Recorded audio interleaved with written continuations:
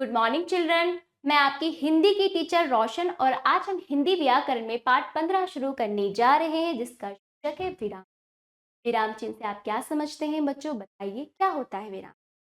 देखिए बच्चों, जब हम लिखते हैं पढ़ते हैं, लिखते समय और पढ़ते समय अपनी बात को समझने समझाने के लिए हम बीच बीच में थोड़ा रुकते हैं। विराम का अर्थ है रुकना। तो रुकने के लिए हम कुछ चिन्ह का प्रयोग करते हैं। कहीं तो हम थोड़ी देर के लिए रुकते हैं, कहीं अधिक अपनी बात पूरी होने के बाद हम बिल्कुल रुक जाते हैं। तो रुकना, विराम का अर्थ है रुकना। तो लिखते पढ़ते समय हम रुकने के लिए जिन चिन्ह का प्रयोग करते हैं उन्हें विराम चिन्ह कहते हैं। तो इस अध्याय में हम विराम चिन्ह के बारे में बहुत अच्छे से जानेंगे। शुरू करते हैं अध्याय नंबर 15, विराम चिन्ह। ठीक, देखिए और पढ़िए। विराम चिन्ह ही वह चिन्ह है जिनसे लेखक ने क्या कहा यह समझ में आता है, यानी कि लेखक क्या कहना चाह रहा है उसकी बात का सही अर्थ समझ में आता है। क्योंकि यदि लेखक इन चिन्हों का प्रयोग नहीं लगाता या प्रयोग नहीं करता या गलत जगह लगाता है तो वाक्य का अर्थ स्पष्ट नहीं होगा, वाक्य का अर्थ का अनर्थ हो जाएगा। लेखक क्या समझाना चाह रहा है हमें बात ही समझ नहीं आएगी। तो विराम चिन्ह का बहुत जरूरी लिखते समय लेखक के द्वारा क्या है बहुत अच्छा उपयोग होता है, जरूरी होता है। विराम चिन्ह के बिना हम बात को समझ नहीं पाएंगे। वो कैसे और उदाहरण के तौर पर अच्छे से समझेंगे। ठीक है बच्चों, जैसे देखिए, उसने कहा बैठिए मत चलिए, बैठिए मत चलिए। फिर उसने कहा बैठिए मत चलिए, उसने कहा बैठिए मत चलिए। अब इन तीनों वाक्यों का अर्थ ही अलग हो रहा है। किस कारण हो रहा है? केवल विराम चिन्ह का प्रयोग अलग स्थान पे होने के कारण वाक्य का अर्थ ही पलट गया। जिसे पहला देखिए, बैठिए मत चलिए, बैठने के लिए मना किया गया है, चलने की बात हो रही है। दूसरे में बैठने की बात हो रही है, चलने के लिए मना किया गया है।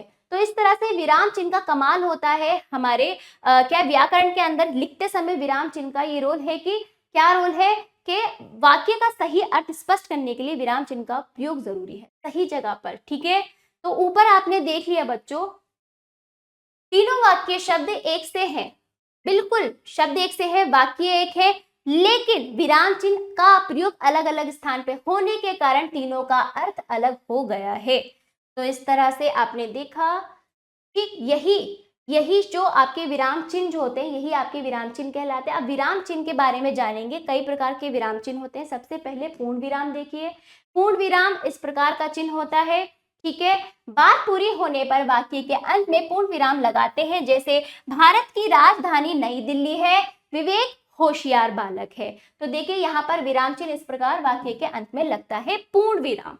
अब आइए दूसरे नंबर पर अल्प विराम। वाक्य में जहां थोड़ा रुकना हो वहां अल्प विराम का प्रयोग होता है, थोड़ी देर रुकने के लिए, यानी कि आपकी बात अभी बाकी है, आप सिर्फ थोड़ी देर के लिए रुक रहे हैं, बाकी आगे की बात अभी आपको बतानी है, वहां पर अल्प विराम का प्रयोग होता है।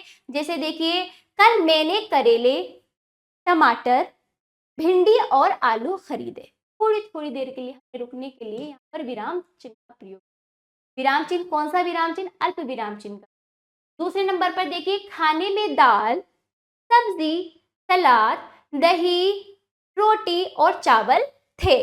बात पूरी होगी तो अंत में आ गया पूर्ण विराम और बीच बीच में थोड़ी देर के रुकने के लिए हमने अल्प विराम का प्रयोग किया। ठीक, अब तीसरे नंबर पर आ जाइए, प्रश्न सूचक चिन्ह। इस प्रकार का चिन्ह होता है, यह भी आपका विराम चिन्ह कहलाता है।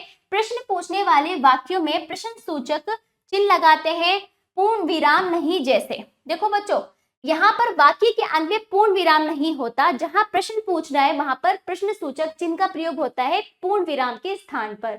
जैसे वह उदास क्यों था, तुम कहाँ रहते हो। यहाँ दोनों वाक्य में प्रश्न पूछे गए हैं तो अंत में आपका प्रश्न सूचक चिन्ह का प्रयोग किया गया। चौथे नंबर पर विस्मयादि बोधक चिन्ह। इस प्रकार का आपका चिन्ह होता है।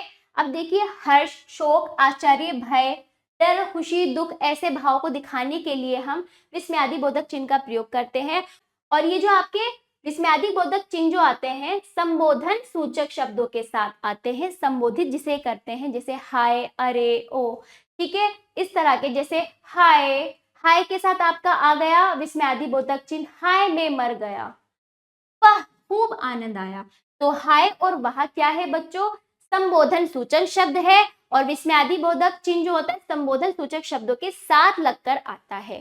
ठीक है, तो दुख, भय, हर्ष, उल्लास, ऐसे शब्दों के भाव दिखाने के लिए हम विस्मयादि बोधक चिन्ह का प्रयोग करते हैं। ठीक है, ये भी पूरा हुआ।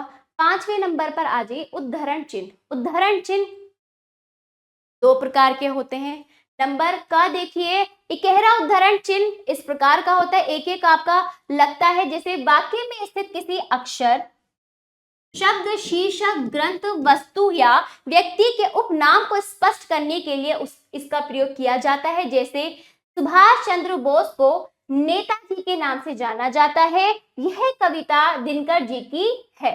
तो बच्चों किसी भी जैसे कि देखिए यहाँ पर शब्द, अक्षर, शीर्षक या ग्रंथ का उपनाम हमें लिखना हो तब हम इकहरा उद्धरण चिन्ह का प्रयोग करते हैं। अब खा नंबर पर आ जाइए, दोहरा उद्धरण चिन्ह किसी के कथन को ज्यों का त्यों लिखने के लिए इसका प्रयोग किया जाए, यानी किसी महान पुरुष या किसी की कही गई बात को ज्यों का त्यों लिखने के लिए हमें दोहरा उद्धरण चिन्ह का प्रयोग करना होता है। जैसे देखिए, माँ ने कहा अब बैठो मत चलो, रीना चिल्लाई प्रभु बचाओ, अध्यापिका ने पूछा नैना क्या तुम्हारा घर पास में ही है।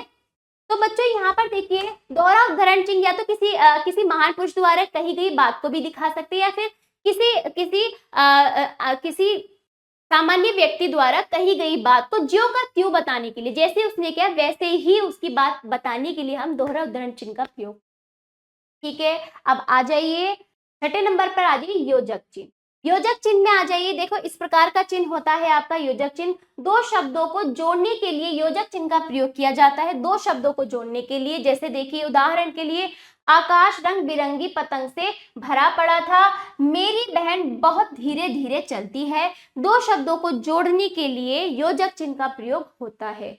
ठीक है, तो बच्चों आपने विराम चिन्हों का बहुत अच्छे से अध्ययन किया, हमने समझा कि विराम चिन्ह किस प्रकार होते, क्या आवश्यकता है इसे, और इसके ना होने पर क्या अर्थ का अनर्थ हो जाता है। क्योंकि विराम चिन्ह का सही जगह उपयोग करना बहुत जरूरी, तभी हम वाक्य के अर्थ को समझ पाते हैं।